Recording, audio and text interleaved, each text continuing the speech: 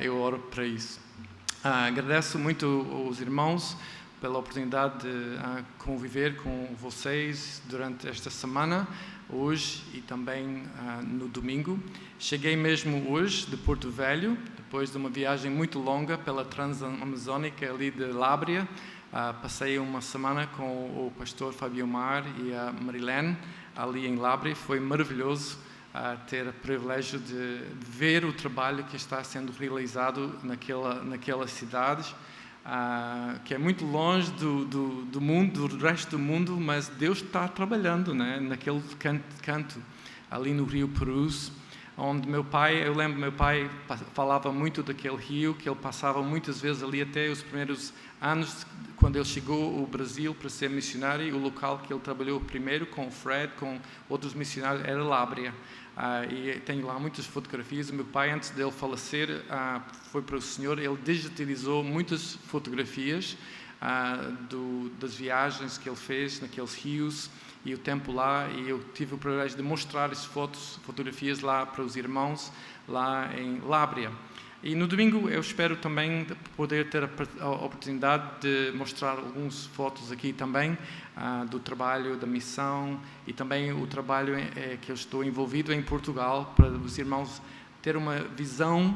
Eu posso falar, às vezes é melhor mostrar uma fotografia, né? Para ter uma ideia melhor do que está a acontecer, porque eu podia falar e tentar descrever o trabalho, mas quando você vê é muito mais fácil. Mas quero também agradecer à irmã Vilma e o Mário também pela hospitalidade, a maneira que abriram a sua casa no ano passado e também este ano. Já vou comendo açaí e coisas maravilhosas. Eu tenho muita saudade aqui em Portugal. Não há estas coisas, cupuaçu, maracujá, tambaqui, todas essas coisas. Eu vou, na próxima semana, não sei se aquele voo vai levantar com o peso que vai a mais, né? Mas eu vou muito contente, talvez mais uns quilos, mas muito contente. Também pelo convívio, não é somente a comida, claro, mas é o convívio com os irmãos. Eu fico muito contente de poder estar aqui. Bom, eu vou deixar a explicação sobre a minha vida um pouco mais para domingo. Vou dar um relatório sobre o trabalho lá, mas o propósito desta noite é para meditar sobre a palavra. E vamos fazer uma leitura na palavra em Mateus capítulo 20, e vamos ler de versículo 20 até versículo 28. Acho que eu tenho o hábito de ficar em pé, não é? Quando faz a leitura. Algumas igrejas fazem, outras assim não, mas vamos ficar em pé para fazer a leitura da palavra. Então a mãe dos filhos de Zebedeu aproximou-se dele com os seus filhos, prostrando-se e fazendo-lhe um pedido. Jesus lhe perguntou: "Que queres?" Ela lhe respondeu: "Concede que no teu reino estes meus 2 filhos se sentem, uma à tua direita e outra à tua esquerda."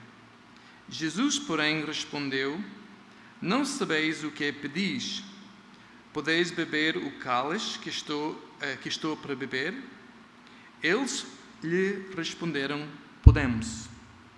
Então lhes disse: "Certamente bebereis do meu cálice, mas o sentar-se à minha direita e à minha esquerda não me compete concedê-lo.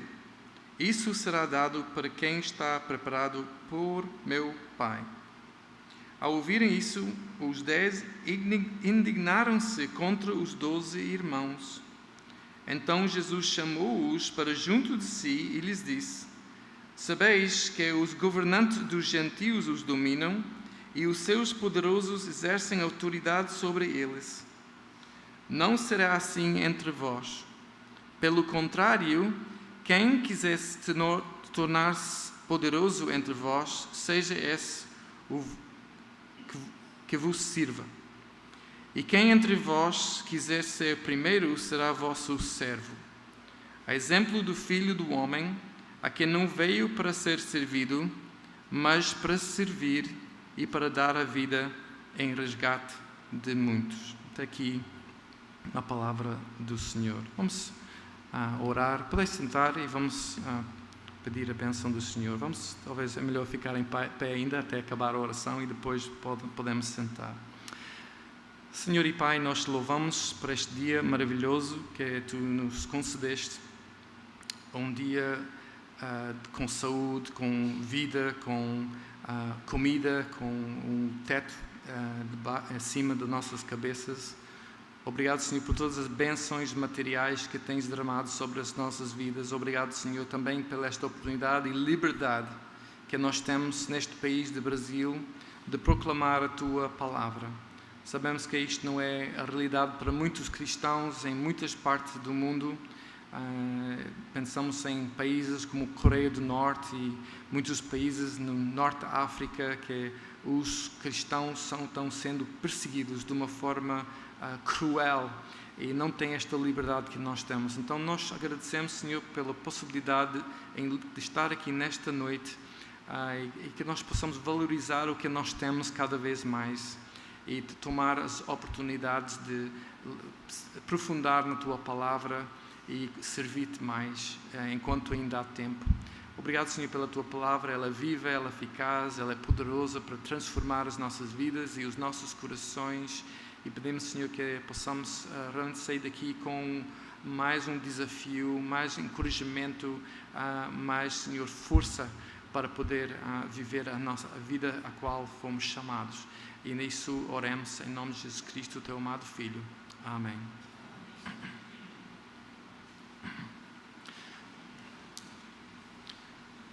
Bom, não sei se concorda comigo, mas este mundo está cada vez mais maluco e vemos coisas que nos surpreendem, né? Cada vez mais. Eu fico muito surpreendido com muitas coisas sobre o qual os seres humanos entram em guerra, lutam. Para o petróleo, por exemplo, existem muitos países que estão lutando um com o outro ali no Meio Oriente. Aquilo é uma confusão e a guerra ali é sobre o petróleo, realmente é o poder, o dinheiro, o petróleo. Religioso também, existem guerras religiosas e pessoas lutando. A Irlanda do Norte, a Irlanda do Sul, meu país, tem sido uma história de guerra entre dois povos e às vezes a gente nem percebe a razão pela qual estão em guerra e lutando, né? Depois também no mundo as pessoas lutam para ter uma mulher, né? Para ter terra. Em Portugal há muitas pessoas em luta por causa de terras, aquelas divisões dos terrenos, e as pessoas estão com o vizinho. Depois é uma guerra mesmo com o seu vizinho, porque é uma divisão dos terrenos e não sabem quem é aquele pedaço e entram em guerra. Às vezes matam uns aos outros. Em Portugal tem acontecido muito isso, guerras sobre terreno. Comida, quando é uma família, às vezes é uma guerra para comer, não é? Em vários países até é uma guerra por causa da falta de comida. Também há uma guerra para ser famosos. As pessoas gostam de entrar no top do top e querem ser maior e melhor. E é uma luta. Mas uma coisa muito estranha é que, não sei se já tem percebido isso, a quantidade de vezes que o ser humano luta entra em luta ou guerra ou briga, é a palavra talvez que usa mais aqui no Brasil, entra em briga sobre cadeiras. Uma coisa muito simples, não é? Cadeiras. Eu já vi pessoas lutar para uma cadeira à volta da mesa. As minhas filhas, quando eram mais novas, entravam ali para sentar e uma queria sentar a pé da mãe ou a pé do pai, né? E entrava numa briga sobre uma cadeira. É uma coisa tão simples, uma cadeira. Mas entravam a lutar em uma briga para isso. Eu já vi pessoas numa briga sobre uma cadeira num ônibus aqui em Portugal. Em Portugal chama autocarro, aqui é ônibus, né? Eu já vi pessoas na Irlanda brigando para uma cadeira estava lotado o ônibus e havia uma cadeira e depois várias pessoas queriam aquela cadeira. E uma briga sobre uma cadeira. Ou num avião. Há uns anos atrás entrou aquela moda no Reino Unido e na Europa de aquelas voos low cost, não sei dizer aqui, os voos mais baratos. E havia uma linha que chamava-se Ryanair, que era uma aerolínea irlandesa, mas quando eles começaram o negócio, eles não davam assentos numerados, né? Não deram números para a pessoa. No bilhete entrava ali e qualquer pessoa podia buscar a sua própria cadeira. E era uma guerra, porque algumas pessoas queriam sentar ao lado da janela, outras queriam sentar ali em frente do avião e eles tiveram que mudar tudo, porque quando entrava ali as pessoas entravam mesmo em guerra para as cadeiras. E não sei, cadeiras são muito importantes. Eu sempre gosto desta piada, esta brincadeira que os portugueses fazem. Na Irlanda, os ingleses fazem piadas dos irlandeses, não é? Aqui no Brasil fazem piadas dos portugueses, não é? E cada país tem o seu povo que gosta de brincar, né? Em Portugal, eles fazem piadas dos alentejanos, é onde o pastor Elias mora. Ali no Alentejo, porque é um lugar assim que faz muito calor no verão e o povo é mais calmo, assim mais tudo anda devagar. E é uma piada que eles dizem sobre os alentejanos e eles fazem essa pergunta: porquê que o alentejano tem uma cadeira ao lado da sua cama? E faz essa pergunta, né? Esta pergunta, boa pergunta, porquê será que ele tem uma cadeira ao lado da sua cama? E a resposta é porque é o lugar que ele descansa quando acorda. Então, esta é a piada, né? Então, cadeira para o português o alentejano é muito importante, né? Porque é o lugar onde ele vai descansar quando acordar, depois de descansar a noite toda.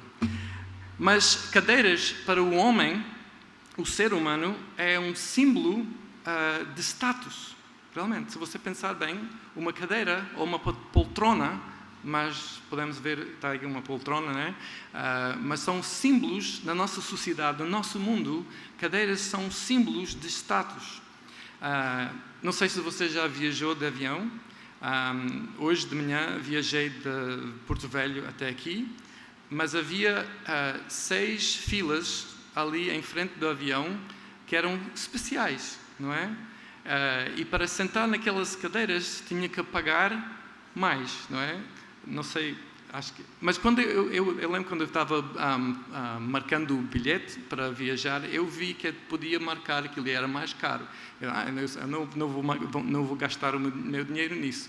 Mas quando eu entrei no avião, hoje eu disse que nem valia a pena, eram todos iguais. A única coisa diferente era a cor da cadeira, né? Mas era status, né? Porque as pessoas pensam que compro aquele bilhete, eu compro mais caro e eu sou assim uma pessoa que tem capacidade de pagar aquilo, então às vezes para muita gente não é a cadeira em si que é mais confortável, talvez naquelas viagens mais longas são mais confortáveis e tudo isso, mas muitas vezes as pessoas compram aqueles bilhetes, até são dispostas a gastar o seu dinheiro, não porque é uma cadeira especial, mas simplesmente porque é o símbolo de status, que tem capacidades que os outros não têm. Eu lembro uma vez, eu fiz uma viagem de Lisboa para Londres, num avião, e eu paguei o preço normal do bilhete. Eu cheguei lá em Lisboa e estava com o meu bilhete e eu queria entrar no avião e a mulher disse para mim: olha, desculpa lá, mas o avião está completamente cheio. E foi sobre, não sei a palavra, sobre a lotação, e ela estava cheia de desculpas e eu disse: a única cadeira que sobra para ti é na primeira classe. Então, se você quer ir para Londres em primeira classe, então você pode ir, mas se não, eu tenho que aguardar para o próximo avião. E eu disse: não, está bem, eu vou na primeira classe sem problema. E foi maravilhoso, né? Eu sentei ali, comi como um rei, mas eu senti-me muito importante, né? Eu lembro-me aquele sentimento das outras pessoas aqui ao meu lado, eram pessoas super ricos, né? Um bilhete de Lisboa para Londres na primeira classe seria uma fortuna, né? E ali estava eu, o missionário, sentado em primeira classe. Eu senti muito, muito bem. Mas realmente, quando nós pensamos naquelas cadeiras, na nossa cultura, do nosso mundo, na cultura mundana, cadeiras são mesmo muito importantes. Por exemplo, se você pensar no Presidente da República, vocês já têm um novo, né? É maravilhoso. Não sei, para alguns para outros não é, né? Mas graças a Deus que Deus está em controle de toda a política. Mas quando pensamos nestas posições dos homens, na nossa sociedade, eles colocam estas pessoas em cadeiras especiais. Eles sempre têm, quando entra num edifício, quando entra o presidente do país, ele é dado uma cadeira de honra, um lugar especial. Eu penso no meu país, no Reino Unido, na nossa rainha de Inglaterra, ela não senta uma cadeira qualquer, né? Ela nunca senta numa cadeira qualquer. Quando ela é uma coisa, um evento público, não sei como ela é em casa, né? Na sua casa, talvez ela tire os sapatos e levanta os pés, como nós também, né? Mas quando ela está em público, ela sempre é dirigida para uma cadeira enorme, até é um trono. Por exemplo, no Parlamento de Inglaterra, a nossa rainha, quando ela entra no Parlamento, todos têm que ficar em pé, não é? E depois ela entra tudo vestido, tudo com a coroa ali em cima, e ela vai passando por todos os seus ministros até um lugar de honra. E ela tem que subir uns degraus, e ali está aquele trono, e ela fica ali olhando para o seu Parlamento. Todos os ministros do Reino Unido estão ali, e eles têm, por lei, tem que ser 2 degraus mais baixo do que ela. É proibido os seus ministros subir mais alto do que ela. E ela tem um trono, uma cadeira de ouro e de veludo, e é lindo, é uma cadeira, mas é símbolo da sua importância, é símbolo da sua majestade, é símbolo da sua... E também as pessoas mais importantes do país vão aproximando cada vez mais a ela, né? E os segundos ministros e tudo isso sentam-se a uma direita, à esquerda, e vem tudo o mais importante fica mais próximo a ela. Sabe uma coisa, irmãos? Quando nós olhamos para a palavra de Deus, nós vemos que Jesus Cristo teve 12 discípulos. Eles também, como muitas pessoas hoje em dia, estavam também preocupados com o quê? O que é que estava entrando nas suas cabeças? Cadeiras.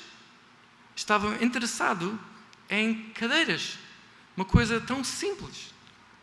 Mas uma cadeira, na nossa sociedade, não é simples. Porque não é somente o banco, não é somente aquilo, mas o que é isso? Não é o banco em si, mas é a posição do banco, onde ela fica, que dá a importância. Pouco a pouco nós sabemos que Jesus começou a revelar aos seus discípulos a razão pela que ele tinha vindo ao mundo. Qual era? Para estabelecer o seu reino.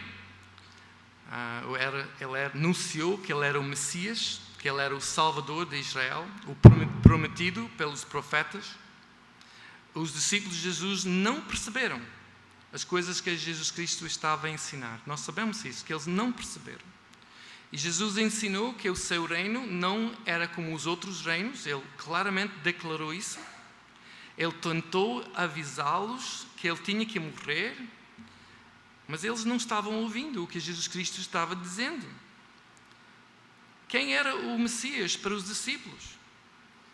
Foram ensinados, estes homens foram ensinados e condicionados pela sociedade à sua volta de interpretar as Escrituras para pensar que a missão do Messias era de acabar com a tirania da ocupação dos romanos, que ele o Messias, quando ia trazer o seu reino, ia ser um reino de paz e prosperidade. Onde?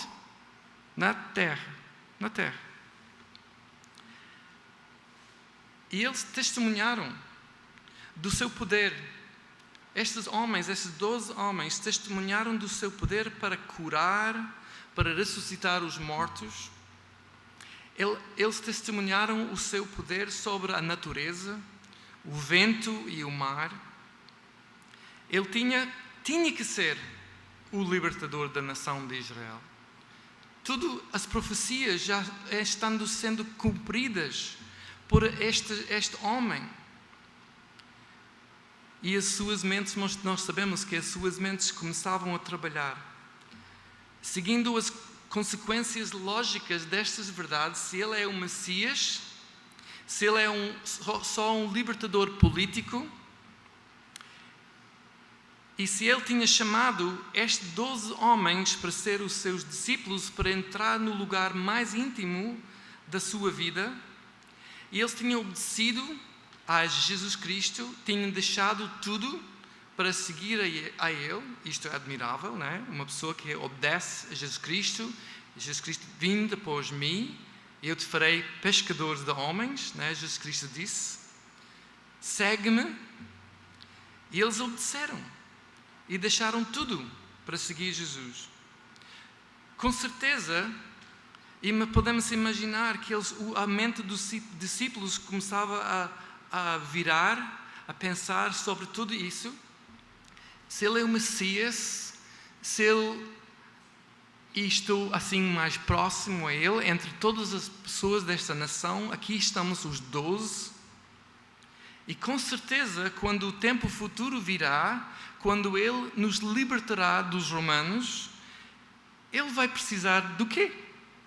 Ele vai precisar de ministros. Ele vai precisar de governantes. Pessoas que conhecem a sua filosofia mais do que as outras pessoas. Pessoas que conhecem a sua política. Nós estamos aqui agora em dias de alteração de governo. Agora vai, com certeza, não sei se é no Brasil, mas agora quando é o novo governo, agora começa a escolher todos os seus governantes, não é? Novos, e ele tem que dar uma vista de olhos para todos os seus amigos, não é? E tem que verificar se eles estão no lado deles, que vão realmente apoiar. Ele não quer pessoas ali aproximando o primeiro-ministro, governadores que vão que vão trair, não é? Ele vai querer pessoas que ele sabe que vão estar ao seu lado para andar para frente, não é? E podemos imaginar os discípulos também com estas ideias políticas e talvez pensando que, olha, passamos 3 anos junto com Jesus, andando com Ele, comendo com Ele, vivendo com Ele quase 24 horas por dia. Quem sabe melhor, quem podia ser os seus governantes melhor do que nós? Como é que nós sabemos que os discípulos pensavam assim? Eu gosto muito das Escrituras e especialmente os Evangelhos. Bom, eu gosto de toda a Bíblia, mas eu admiro isso em Mateus, Marcos, Lucas e João, porque eles eram homens honestos. Contaram o que aconteceu, mas contaram também das suas próprias fraquezas. Não deixaram isso fora. Por exemplo, Pedro traindo Jesus Cristo, não é? Negando Jesus Cristo. Ele não omitiu isso, mas incluiu isso nos Evangelhos. Toda esta história foi incluída. Nós sabemos que eles pensaram desta forma porque Mateus, Marcos, Lucas e João documentaram os 3 anos que os discípulos eles passavam com Jesus Cristo e eles relataram honestamente as ocasiões quando tiveram estas atitudes erradas. Essas atitudes carnais. Porque realmente era atitude carnal. Porque eles estavam pensando que Jesus Cristo ia ser libertador de Israel, ia expulsar os romanos, ia trazer um império de paz e prosperidade, e nós somos os seus discípulos. Nós, com certeza, vamos ser os seus governantes. Nós vamos ter posições de importância neste país, neste reino de Deus. E nós vemos só vários exemplos disso nos Evangelhos, mas esta que acabamos de ler é uma delas. Nós todos temos mães, não é? Todos temos mães. Quem aqui não tem mãe? Temos todos, né? Graças a Deus pelas nossas mães. Eu dou muito graças a Deus pela minha mãe. Tem sido uma pessoa maravilhosa na minha vida. Ela me ama incondicionalmente, a minha mãe, né? Eu tenho feito muitas coisas asneiras, não sei se diz isso no Brasil, asneiras, quando era criança e jovem, mas eu dou graças pela minha mãe que ela continuava a orar para mim, insistiu, continuava a me amar, e ela sempre queria o melhor para mim, né? Para o seu filho. Mães e filhos especialmente, não é? Aquela relação entre mãe e filho é uma coisa muito especial. Quem tem mãe e filhas, eu vejo isso, eu tenho 2 filhas, e não é a mesma relação que eu tive com a minha mãe, que as minhas filhas têm. Elas amam e tudo isso, mas às vezes é briga, né? Entre as mulheres, às vezes em casa, mas com a minha mãe sempre foi maravilhoso. E a minha mãe, eu sempre lembro ela forçando, sacrificando tudo isso para mim. E muitas mães fazem isso, né? Às vezes negam a si próprio. Eles sacrificam de uma forma extraordinária para que os seus filhos possam ter uma educação, possam ir para a universidade, para possam ter uma oportunidade na vida. E nós, como adultos, nós podemos olhar para as nossas mães e damos graças a Deus por elas. Mas aqui encontramos neste texto uma mãe típica, uma mãe maravilhosa, que amava os seus filhos de forma incondicional. Ela queria o melhor para eles. E aqui encontramos uma mulher que é chamada, nós sabemos que é a Salomé. Ela era mulher de Zebedeu. E os seus filhos eram quem? Filhos eram Tiago e João. Tiago e João. E essa mãe era uma mãe que amava os seus filhos. Nós sabemos que, com certeza, ela amava os seus filhos. Ela queria o melhor para seus filhos. E, com certeza, durante este período de 3 anos que os discípulos andavam com Jesus Cristo, eles ainda andavam comunicando com a sua mãe. Eu, também, nesta viagem que eu tenho feito para o Brasil, passei pelo Natal, visitei os missionários da missão. Eu vou fazer um relatório sobre isso no domingo, em Natal, ali na zona do Rio Grande do Norte, com o pastor Irã. Não sei, alguns devem conhecer o pastor Irã. E fiz uma viagem de quase 2.000 quilómetros ali no Nordeste, 2 semanas atrás, antes de ir para Lábrea. E agora fui para Lábrea, mas a toda esta viagem eu mantenho em contacto com a minha mãe. Eu sou o filho, né? A minha mãe está sempre preocupada comigo. E ela não vai dormir à noite se eu não mandar uma mensagem para dizer que eu estou bem, né? Então eu continuo todas essas viagens que eu tenho relatado e tenho comunicado à minha mãe sobre toda esta viagem. Hoje eu já disse para a minha mãe que eu vou estar presente neste culto, e ela mandou cumprimentos para os irmãos, beijinhos para todos, cumprimentos para os irmãos aqui na igreja de Hebron. Então é como a mãe, essa era Salomé com os seus irmãos, com os seus filhos. E podemos imaginar que estes homens, quando eles andavam com Jesus Cristo, eles estavam relatando toda a sua experiência com Jesus. Mãe, imagina a conversa deles. Isto não é gravado na palavra de Deus, mas podemos imaginar. Mãe, este homem é Jesus Cristo, o Filho de Deus. Ele é o Messias. Ele veio para estabelecer o seu reino. Ele veio para derrotar os romanos. E ele vai governar no mundo. Imagina a sua mãe, que começa a pensar também, né? Imagina que ela dizer: mãe, sabe o que ele disse para nós? Ele disse para nós, mãe, porque a vós é dado conhecer os mistérios do reino dos céus, mas a eles não é dado.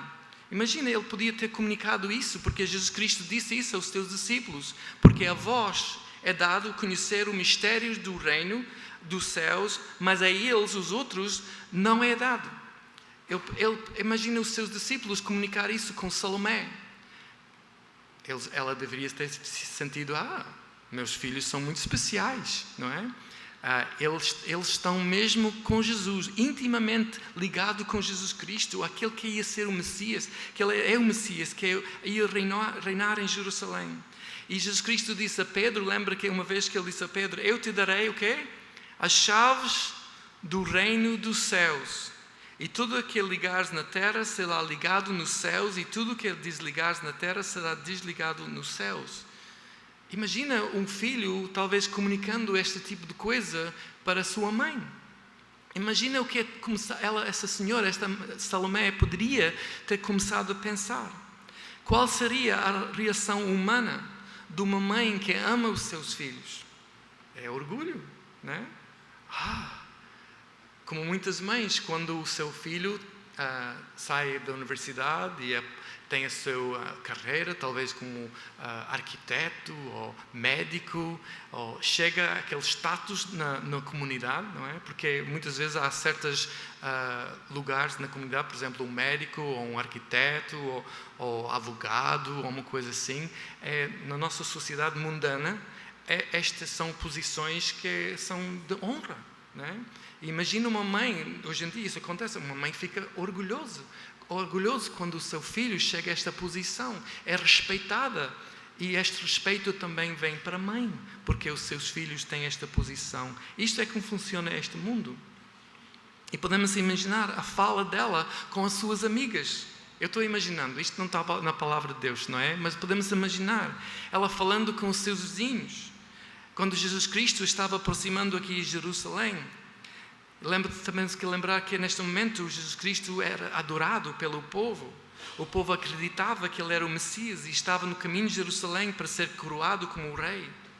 Ela podia ter dito às suas amigas: olha, o meu Tiago, olha o meu João, eles andam com Jesus. Eles pertencem ao grupo íntimo de Jesus Cristo. Ele os chama os seus 12 discípulos. O meu Tiago e o meu João é um deles. E agora, neste momento, quando entrava em Jerusalém, ela agora estava junto com Jesus Cristo e estava junto com os seus 2 filhos. E aqui estava Jesus Cristo à sua frente. Neste texto, nós lemos isso. Vamos ler outra vez. Então, a mãe dos filhos de Zebedeu aproximou-se dele com o quê? Com seus 2 filhos. Eu acho esta história muito interessante. Com seus 2 filhos. Prostrando-se e fazendo-lhe o quê? Um pedido. Não é mal pedir, não é? Jesus Cristo. Não é mal orar. Nós todos os dias entregamos as nossas petições a Ele.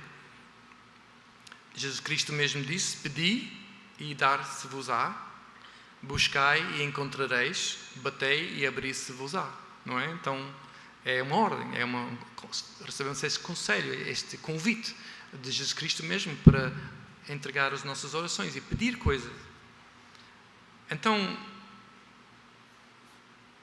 e continua versículo 8 do mesmo capítulo: porque aquele que pede recebe, e aquele que busca encontra, e ao que bate se abre. Mas o que estava a acontecer aqui neste texto, nesta situação? Jesus respondeu a Salomé e disse: o que queres? Ela podia ter pedido muita coisa. Senhor, Jesus Cristo, ajuda os meus filhos a serem homens que vão te servir, para serem homens fiéis. Eu peço para que cuides deles, para que eles sejam usados para a extensão do teu reino. O que é que ela pediu para os seus filhos? Adivinha o que ela pediu? O que é que estava na mente desta mãe? E também na mente destes 2 homens? Cadeiras. Cadeiras. Uma coisa tão simples, não é? Uma cadeira. Ela respondeu assim: este é o pedido desta mãe. Diz que estes meus 2 filhos se assentem. Onde é que nós sentamos? Cadeiras. Numa cadeira. Diz que estes meus 2 filhos se assentem, um à tua direita e outro à tua esquerda, no teu reino. Jesus respondeu a esta mãe calmamente: não sabeis o que pedis.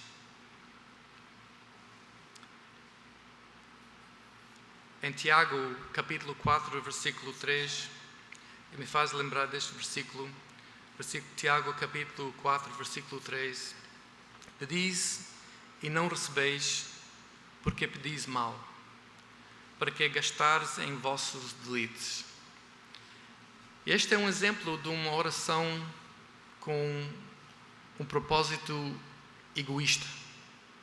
É uma oração para a nossa própria glória. Esta mulher, apesar de ser uma mulher que amava os seus filhos, esta era uma oração egoísta. Era uma oração para ela, para que os seus filhos pudessem ter um lugar de honra acima dos outros discípulos. Porquê? Claro, quem aproxima cada vez mais o rei é aquele que vai ter mais dinheiro, né? Vai ter mais poder. E podemos imaginar esta mãe, como alguns pais pensam também. Não sei se isso entrou na cabeça dela, realmente não sei. Talvez ela estava a pensar, olha, se o meu filho é ali naquele lugar íntimo com Jesus Cristo, ele vai ter a capacidade de cuidar de mim.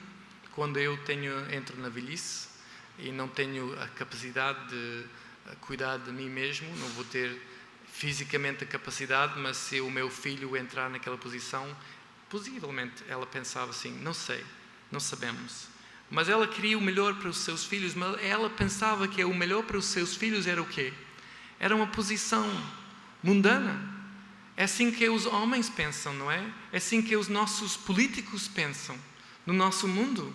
Eles estão todos querendo posições de honra, posições de poder, que possam chegar ao top do top, acima dos outros, porque estão buscando os seus próprios interesses. Isso tem sido o problema do Brasil, não é? Que as pessoas naquela luta para pisar em cima do outro, para que possa chegar a uma posição de poder político, para que possa dominar, para que possa ser respeitado, honrado como um presidente, governador. Mas isso é a motivação errada. Isso é que o mundo é assim. Tiago e João, sem hesitação, quando eles estavam ali atrás da sua mãe, mostra que eles não eram homens. Não eram homens fortes, independentes, mas ainda estavam ali atrás do vestido da sua mãe, não é? Como aquelas crianças tímidas, não é? Que não têm coragem de sair do controle da sua mãe, da ajuda da sua mãe, não querem viver. Eles até precisavam da sua própria mãe para falar para eles, para Jesus Cristo. Imagina isso só. E eles andavam ali atrás e estavam contentes agora. Nós sabemos que eles estavam contentes com esta pergunta que a mãe fez. Porque Jesus Cristo perguntou a eles se eles estavam dispostos. Vamos ler outra vez. Jesus, porém, respondeu, não sabeis o que pedis. E ele fez essa pergunta, podeis beber o cálice a que estou para beber? E eles, o que é que eles responderam? Podemos. Eles estavam dispostos a fazer qualquer coisa para entrar no poder. Eles não percebiam, não entendiam que Jesus Cristo ia morrer. Apesar de Jesus Cristo já ter dito tantas vezes. Repetia. Eu tenho que ser crucificado. Tenho que ir morrer e ressuscitar no terceiro dia. Mas eles não estavam ouvindo. Eles estavam pensando no coisa do mundo, do sistema do mundo. Eles não percebiam o reino de Deus. Porque o reino de Deus não tem nada a ver com os reinos dos homens. É pés para cima, não é? Pés para o ar. Como se diz, o reino de Deus é o contrário completamente do reino dos homens. E eles, para o reino de Deus iniciar, para começar na terra, tinha que haver a cruz, tinha que haver sacrifício, tinha que haver a resolução do pecado. E Jesus Cristo sabia que ele tinha que ir até a cruz. Eles disseram, sim, podemos. Nós também podemos tomar do cálice. Jesus Cristo estava a falar da sua morte e do seu sacrifício, do seu sofrimento. Mas eles não estavam a pensar em sofrimento. Eles só pensavam em cadeiras, em lugares de honra. ela queria que um dos seus filhos sentasse a uma direita de Jesus Cristo e uma esquerda. Mesmo íntima com Jesus Cristo no seu reino, eles estavam falando politicamente. E os outros discípulos? Qual era a reação deles? Quando ouviram isso, viram isso à frente acontecer. Uma mãe e 2 filhos procurando 2 lugares de honra. E os outros 10. Imagina só esta cena. Não é? É vergonhoso. Realmente é vergonhoso. Não é? Mas acontece. Isso é ser humano. Isso é o ser humano. Ele é vergonhoso. Ele é sem vergonha. Nós somos homens sem vergonha, às vezes. Nós buscamos isso, não merecemos nada. Mas apesar disso, muitas vezes encontramos até na igreja pessoas com esta atitude mundana, de pessoas querendo procurar lugares de honra. Imagina, olha para os discípulos, diz ali em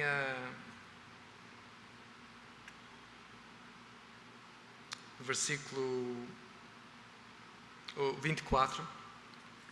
Ao ouvirem isso, os 10 indignaram-se contra os 2 irmãos. Ficaram com muita raiva. Naturalmente. Então lhe disse: certamente te bebereis do meu cálice, mas o sentar à minha direita e à minha esquerda não me compete concedê-lo. Isso será dado para quem está preparado por meu Pai. Jesus Cristo deixou as coisas bem claras, que eles iam sofrer. Mas não confirmou nada acerca de posições. Jesus começou a continuar a ensiná-los acerca do atitude correta que eles deveriam ter perante posições. Em versículo 25, Jesus Cristo disse: então Jesus, chamando-os para junto de si, porque ele queria transformar esta ocasião e este evento numa oportunidade de ensinar e dar uma lição. Esse acontecimento foi uma coisa horrível, foi uma coisa vergonhosa, que eles deveriam ter ficado depois muito avergonhados. Eu acho que é incrível que Mateus inclui isso no Evangelho, né? Que ele confessa que isso era a vida dos discípulos, eram homens como nós também.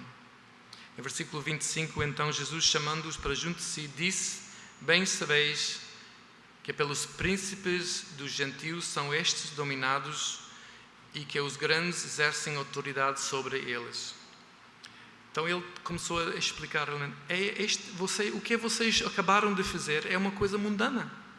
Isso é como o mundo opera.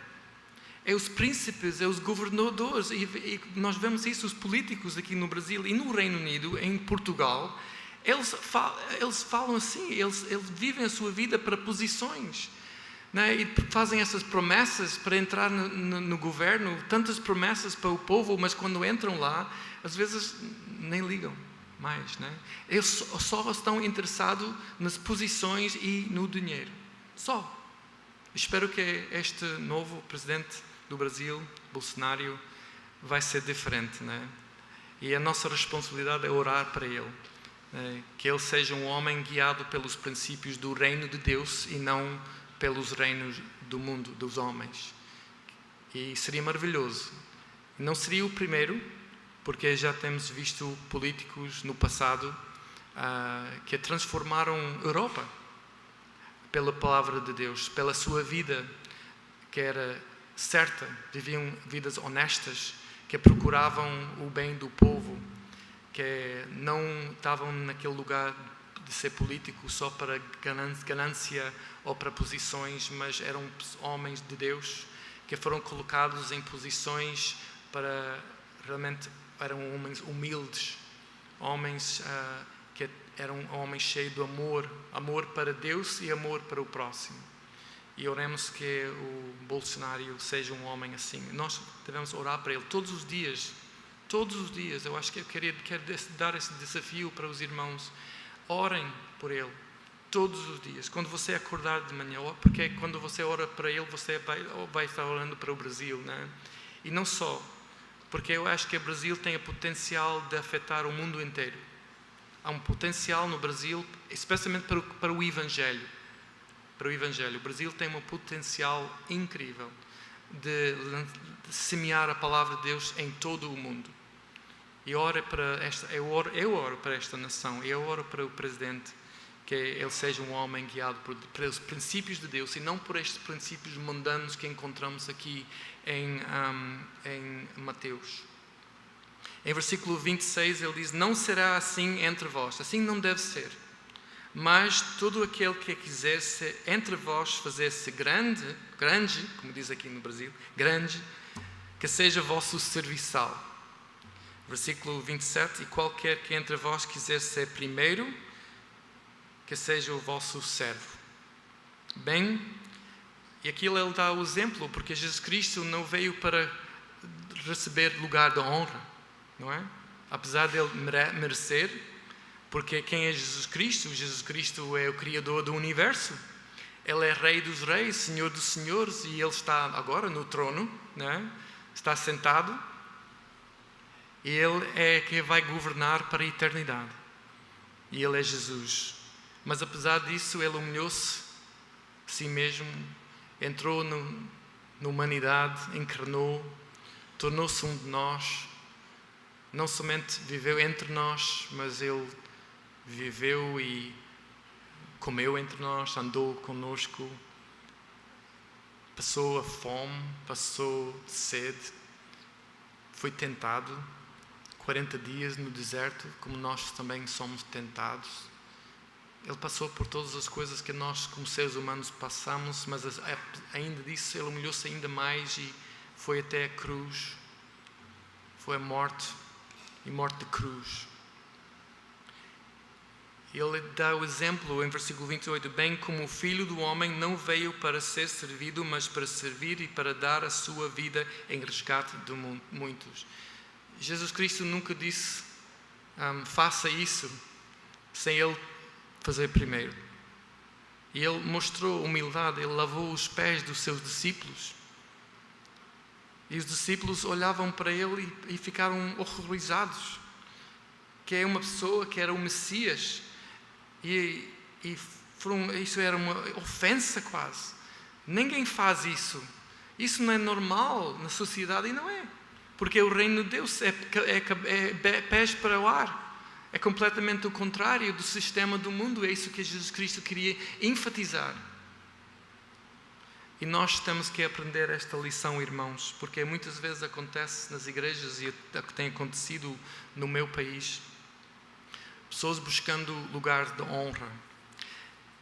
Eu lembro-me quando era criança, entrando em algumas igrejas muito antigas, e havia bancos, né, na igreja, e o sistema antigamente era que havia portas em cada entrada para cada banco, e havia um número ali na entrada da porta. E este número representava uma família, ok? E era só famílias que podiam sentar, era numerado, e uma família podia somente sentar naquele banco. Então, o sistema era assim, quem dava mais dinheiro para a igreja, este era o sistema incrível, quem dava mais dinheiro para a igreja, tinha o mais para frente sentava, ok? Então, as famílias mais ricas sentavam em frente. E as pessoas mais pobres, que não podiam dar tanto para a igreja, ficaram mais para trás. É ridículo, não é? Isso é dos homens. Identificando publicamente que estas pessoas eram pessoas especiais. As pessoas entravam com tudo vestido da sua glória, com toda a sua riqueza. E mostrando os pobres lá atrás, quem eles eram, que eles eram pessoas importantes na igreja. Não é? Eu já vi na minha igreja pessoas lutando para uma cadeira. Uma irmã entrou naquela cadeira e ela disse, esse é meu lugar. Você não pode sentar aqui. Eu tenho sentado aqui 30 anos. Você não pode sentar aqui. E entraram quase uma guerra ali. Mas pior ainda é quando pessoas estão realmente em termos de ministério. Buscam ministérios dentro da igreja, não porque querem servir ao Senhor. Isso é triste quando isso acontece, e eu oro, irmãos, que não aconteça nesta igreja, mas acontece em muitas igrejas, que as pessoas entram em lugares de ministério não para servir os outros, mas para serem servidos, para buscar lugares de honra. No meu país, na Irlanda, existem muitas igrejas onde os anciões não são crentes, mas estão ali porque eles são pessoas importantes na sociedade, são pessoas ricas, e eles são dados a estes lugares de honra, simplesmente porque eles são pessoas importantes na sociedade. E isto é uma coisa mundana que tem penetrado a igreja, e nós temos que ter muito cuidado com isso, de não ter posições especiais. Isso nós temos, porque o pastor, claro, é uma posição importante, mas não é uma posição que devemos procurar, ou para ser diácono, ou para ser ancião, ou para ter um ministério especial com o propósito de ser honrado, né? Claro, estas posições são importantes, mas são posições que são chamados. É o chamado de Jesus Cristo para ir e servir o Senhor. E nós temos, quem entra em ministério na igreja, deve ter a atitude como Jesus Cristo, que não está nessa posição para ser servido, mas para servir. O pastor é servo.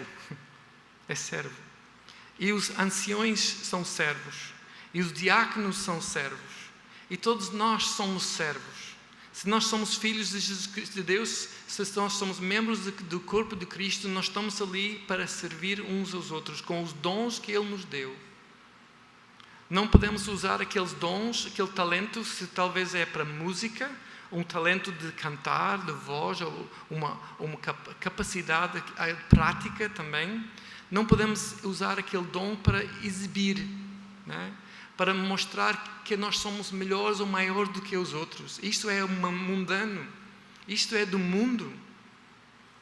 E nós temos que ter tanto cuidado e corrigir o nosso atitude e o nosso coração, porque às vezes esta atitude não é visível para os outros. Nós podemos esconder aquela atitude dos outros, mas não conseguimos esconder a atitude diante de Deus. Eu não consigo. Eu sei que muitas vezes eu tenho falhado nesta área. É real. Que o orgulho entra no nosso coração, não é? Pensamos, eu consegui fazer isto, tenho essa posição na igreja, e é fácil. O diabo começa a mexer com a nossa cabeça, né? Mas depois temos que voltar. Por isso é tão importante voltar à palavra de Deus, não é? Porque ela nos traz para a terra outra vez, né? Muitas vezes a nossa cabeça está no ar, né? Pensamos que somos uma coisa que realmente não somos. E o diabo quer que nós pensamos que somos assim. Ele quer encher o nosso coração de orgulho e de importância. Mas aqui viemos para servir, como Jesus Cristo veio para servir. Existem outros exemplos. Se vocês querem ver também o exemplo em Marcos capítulo 9, versículo 30, depois da transfiguração de Jesus Cristo, Pedro, Tiago e João, isso é Marcos capítulo 9, versículo 30 até 37, tem acontecido aquele evento maravilhoso, e só Pedro, Tiago e João foram escolhidos por Jesus Cristo para ir testemunhar aquele evento, a transfiguração de Jesus Cristo. Eles viram a glória de Deus. E imagina, naquele momento, o que poderia ter entrado nos seus corações. Eu aqui estou, Pedro, Tiago e João, e os outros, onde estavam? Não estavam ali. Os outros, ao mesmo tempo que Pedro, Tiago e João estavam na monte da transfiguração, os outros 9 estavam num evento de tentar expulsar um demónio e não conseguiram. E quando Jesus Cristo voltou da monte da transfiguração com Pedro, Tiago e João, ele acusou estes 9 discípulos de terem pouca fé, né? Então, um momento temos Tiago, Pedro e João, assim, num lugar de privilégio, né, de terem ido com Jesus Cristo para o Monte da Transfiguração, terem visto a Jesus Cristo, a sua glória, e ali os outros 9 nem conseguiram expulsar um demónio, e depois quando Jesus Cristo chegou a pé deles, ele disse: homens de pouca fé. Este era o contexto. 3 discípulos talvez sentindo um pouco superiores, e 9 discípulos talvez sentindo um pouco inferiores. É a receita para quê? A receita para contenda, não é? E Marcos relata, honestamente, pelo caminho Jesus Cristo avisou-lhes acerca de que é o Filho do Homem, já tinha avisado isso: o Filho do Homem será entregue às mãos dos homens, a matá-lo-ão, e morto ele ressuscitará ao 3º dia. Marcos relatou isso, mas eles não entendiam, não estavam a entender. Em vez de pedir uma explicação de Jesus Cristo sobre este tema, da sua ressurreição e dele ir para a cruz, para os homens iam matá-los, eles estavam interessados em outra coisa. Não sei se podes adivinhar qual era o tema de disputa. Marcos nos conta que eles estavam a discutir entre si qual era o maior. Era o contexto. Tiago, Pedro, João, ali no Monte da Transfiguração, 9 outros discípulos ali sendo criticados por Jesus Cristo por terem tido pouca fé. Jesus Cristo começou a dizer, comunicar acerca do reino dos céus, mas eles não estavam ouvindo. Eles estavam discutindo sobre um tema: quem é o maior? Era a mesma coisa que encontramos em Mateus. Estavam a discutir entre si qual é o maior no caminho. Não sei se você tem tido um momento embaraçoso na sua vida, mas este deve ser um momento bem embaraçoso para os discípulos. Quando chegaram a Cafarnaum, Jesus Cristo pediu-lhes que esta vez vós discutindo pelo caminho. Eles estavam ali separados, discutindo quem ia ser o maior no reino dos céus, mas Jesus Cristo, apesar de não estar ali com eles, ele sabia o que eles estavam falando, discutindo.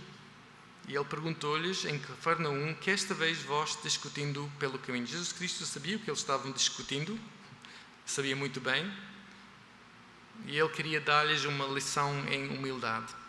Versículo 35, ele diz assim: e ele, assentando-se, ele acalmou os seus discípulos e chamou-os para se sentarem. Aqui, nesta posição, eram todos iguais, não é? Não era um acima do outro. Jesus Cristo sentou e podemos imaginar eles sentados ali. Eu acho que é interessante que ele sentou. Isto deve ter significância. Ele, assentando-se, ele podia ter colocado em pé, né? Assim, eu sou maior que tu. Ele podia ter apontado o dedo assim. Não, né?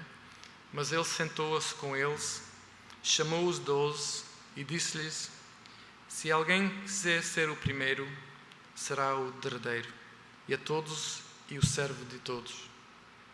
Esta era uma grande lição para os discípulos, que eles com certeza depois, quando Jesus Cristo tinha ressuscitado dos mortos e depois da vinda do Espírito Santo, eles lembraram este evento, lembraram esta grande lição que Jesus Cristo deu, no meio da sua reação mundana, desta mãe Salomé, destes discípulos discutindo um com o outro. Imagina, quem é que faria isso? Mas sabe que muitas vezes vemos estas reações na igreja.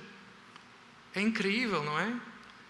Eu tenho sido pastor já há 25 anos e eu tenho visto este tipo de reação, vez após vez, após vez, após vez. Brigas entre irmãos, e muitas vezes é por causa do lugar da honra. É sempre por esta razão. Ele não fez o que eu mereço, não é?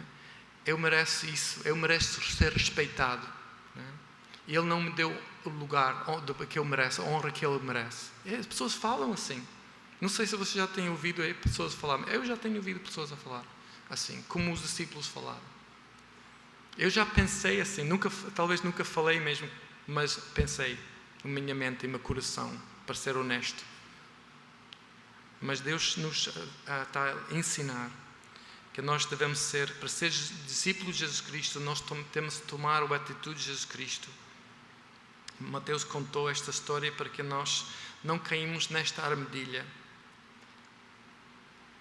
Neste mundo, humildade é igual a fraqueza, não é? No nosso mundo, ser humilde significa uma pessoa fraca. Humildade. Na Igreja de Jesus Cristo e no Reino de Deus, humildade é um dos frutos do Espírito Santo. Não é? E nós precisamos deste fruto. Para a Igreja funcionar, precisamos ser humildes. Precisamos de baixar-nos e deixar os outros ir à frente. E nós tornarmos em segundo lugar. E sabemos que a promessa é que se nós façamos isso, vamos ser recompensados. O último diz aqui, se alguém quiser ser o primeiro, essa é uma promessa. Se nós queremos ser o primeiro, será o derradeiro. E se todos, serve a todos. Então é o contrário do homem. Da humanidade. Se nós queremos posições, é melhor deixar Jesus Cristo colocar-nos naquela posição, se for a vontade de Deus. Pergunta é qual é a cadeira que você procura? Cadeira de honra ou cadeira de servo? Muitas vezes nós, como cristãos, invertimos as coisas e procuramos ser servidos em vez de servir. Nós tomamos o exemplo de Jesus Cristo, bem como o Filho do Homem não veio para ser servido, mas para servir e para dar a sua vida em resgate a muitos. Encontramos isso em Mateus 20, 28. O Filho do Homem não veio para ser servido, mas para servir e para dar a sua vida em resgate do mundo. Se o Filho do Homem veio para servir, quanto mais a nós devemos ser servos. Que o Senhor nos ajude a viver não segundo os princípios deste mundo, mas segundo os princípios da Palavra de Deus e do Reino de Deus. E que oremos também para o país do Brasil, e é a minha oração que os governantes também invertam as coisas, em vez de viver como segundo os princípios do mundo, que o mundo vai esperar agora, né? Que eles vão mentir, vão ser mentirosos, que eles prometeram isto e não vão cumprir. Vamos orar que ele seja um homem de palavra, né? Homem de Deus. Que se ele não tivesse um encontro com Deus ainda, que ele tenha um encontro verdadeiro com Jesus Cristo, que ele seja salvo não pelas obras, mas pela fé em Jesus Cristo, pela graça, e que ele seja um homem que representa bem este país em todo o mundo, né? Que ele seja um exemplo para todo o mundo, porque este mundo precisa de exemplos assim, porque hoje em dia são poucos, são muito poucos, na área de política são cada vez menos, e precisamos orar para que o Senhor o proteja e que ele seja um homem inspirado por Deus. Amém? Vou entregar para o irmão.